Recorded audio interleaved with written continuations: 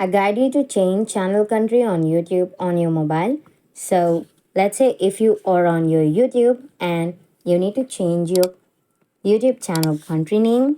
So for that you need to come out of your YouTube and go to any of the web browser over there, and after that, let's say if you can use any of the comfortable web browsers you could, and I'm using Chrome in this sense.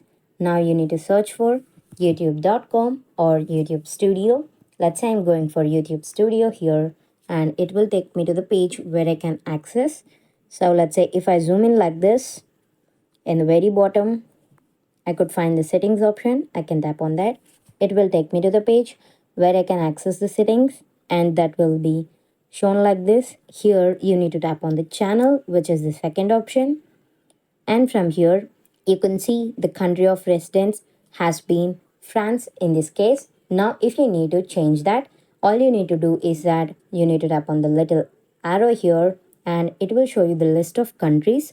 Let's say I'm scrolling down to find Germany. I am going over that, and if I tap on save here, you could see that has been saved. This is how you could change channel country on YouTube on your mobile. Thank you.